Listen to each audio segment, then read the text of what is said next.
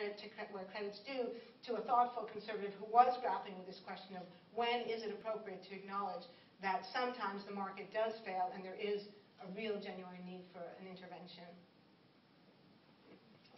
Hi, I just wanted to congratulate you on your work. The ability to communicate it so clearly is very rare for an academic. So that's a left-handed compliment, but I'll accept it. Yeah, it's something my husband says. In the land of the blind, the one-eyed man is king. And I teach at UBC, so I'm also an academic. I face similar challenges. But I find your story completely compelling. What I wonder about is the relative importance of the scientific doubt compared to other explanations for why we haven't acted on climate change. Yes. The most significant of which I see are the opposition of concentrated interests, especially fossil fuel interests. And probably more importantly, the diffuse, the collective nature of the good, which makes it very hard for any individual action, whether it's from a person, a corporation, a state, province, or a country, to make a tangible difference, to allow people to slough off action to others. So how about a counterfactual? I'm wondering if you would entertain it, that say the emergence of doubt never emerged on this issue. Yeah. And that the consensus of the IPCC was generally accepted in the political community. And I'd say actually, in Canada, we don't have the same kind of political doubt machine. We haven't acted on climate change either. Well, you've done more than we've done in the United States, though. I mean, you have a carbon, you have a carbon tax in BC. We have a carbon tax in BC, which is much less than what's going on in California. There's a lot, anyway, the point well, I'll admire BC, you can admire California. What about the counterfactual? No, it's a great question. So two things I would say in response to it. First of all, the first part of your question is absolutely right. And we would never claim that this is the whole story of why the world hasn't acted on climate change. It's one piece of it, and it's a piece that we, as historians of science, were interested in. There are certainly many other dimensions that other people with other academic expertise would be more qualified to investigate. So Eric Conway and I were people who knew a lot about the history of the Cold War. We knew a lot about these particular individuals. I actually knew 3 or 4 of the key players, knew them personally, so I knew something about them as individuals.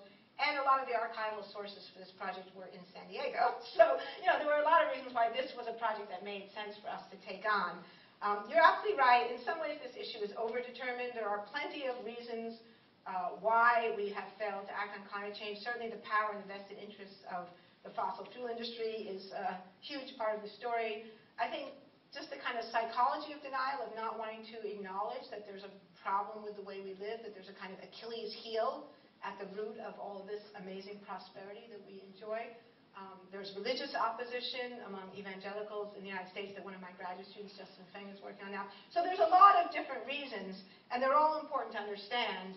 And so what we were trying to do here was unpack one part of the story. But I do think this part of the story is quite significant for 2 reasons. One is because the fossil fuel industry's own market research suggested that it wasn't important. And so in some other work that I've done, I've written about this. In the early 1900s, right around the time of the UN Framework Convention, right in the run-up to the Rio meetings, the coal industry in the United States did some very interesting market research focus groups talking to people about their views on climate change. And one of the amazing things about the public opinion polls in the United States is that they go up and down, but basically the number of people in the United States who accept the reality of climate change has scarcely changed in 20 years. Back in 1990, 1991, about 60 to 70% of Americans thought climate change was real. And this was a very serious problem for the coal industry. So the coal industry launched this rather intelligent set of investigations, and one of the things they found through their own market research was that if people thought the science was settled, then they also thought that the government should act on the problem. But if they thought that the science was unsettled, then they did not think that the government should act. So the fossil fuel industry concluded that one of the most effective things they could do was to convince people that the science was not settled.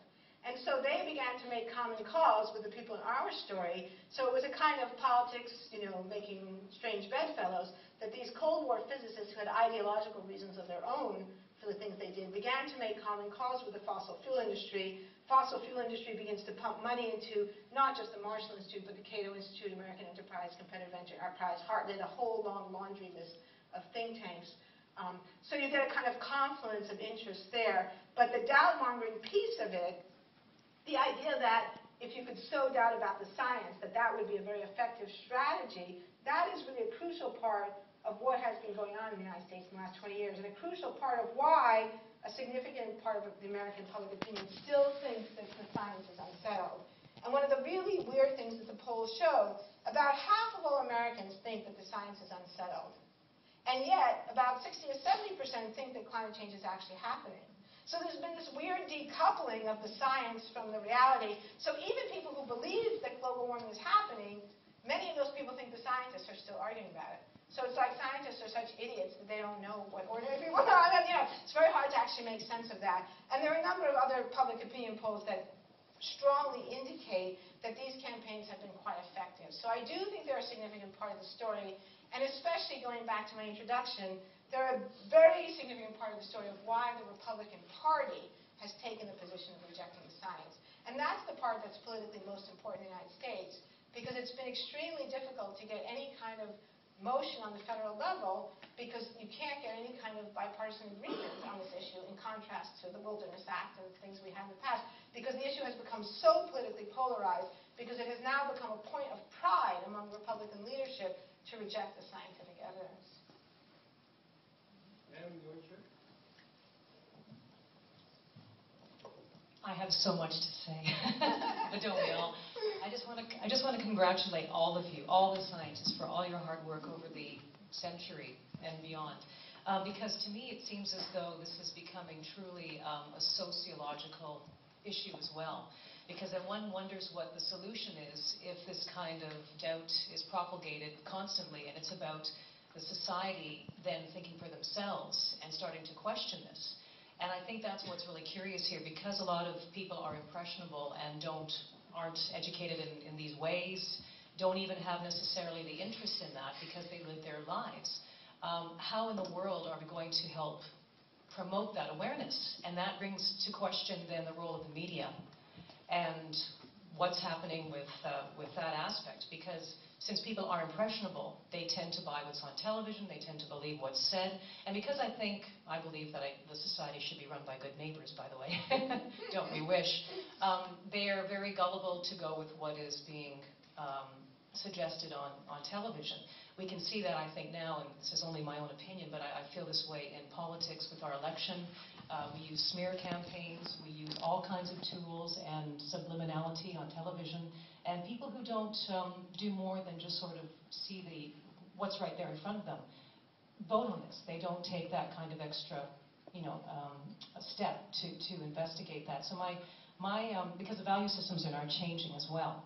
So this is kind of intertwined with all of this, and how we can put value back into science and the natural world is really the question, with all of this powerful, and for lack of a better term, brainwashing sort of effect taking place. Yeah. Can you comment on that? Yeah, well, it's a very complex issue, and of course a lot of the issues you raised go way beyond my expertise. But I think one thing that's important to recognize about the media is that targeting the media was part of this campaign. I didn't talk about that tonight. There's obviously much more in the book than I can put into a 45-minute talk. But in the book we do talk about the strategies to target the media.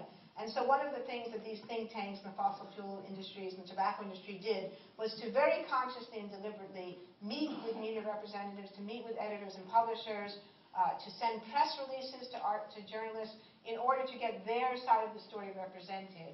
And they would have workshops for journalists, they would publish brochures that were seemingly scientific, and then if a journalist didn't give them equal time for their position, they would pressure the journalist, they'd call the journalist editor, this still goes on today. Sometimes when I talk to journalists, I actually warn them, I say, if you write a profile of me and you don't interview Fred Singer, you'll get complaints, and you may even your editor may get complaints, and you'll very likely get pushback, so you should be prepared for that, and know that that's actually part of the doubt-mongering strategy.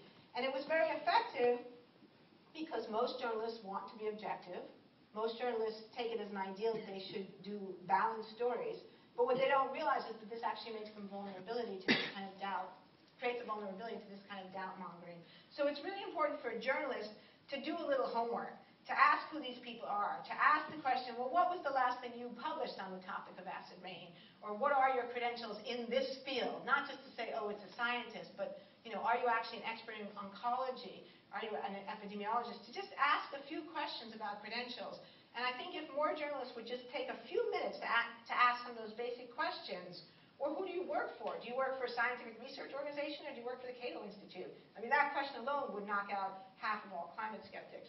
So some very basic questions that if journalists would ask would help them to sort out the wheat from the chaff. And I know that, I mean, I get this question from journalists all the time, and usually I say, well, you know, you need to answer this question. And in the journalist community, there is increasingly discussion about this issue. But it is a very difficult one, because many journalists think that if they just tell the scientific story, that that's a biased story. So then you have to come up with metaphors and examples and say, well, look, if you were, you know, doing an article about plate tectonics, you wouldn't feel compelled to have a scientist who say that the plates don't move, right? So, you know, I mean, if you kind of think about other examples of well-established science, that helps to make clear what's at stake here.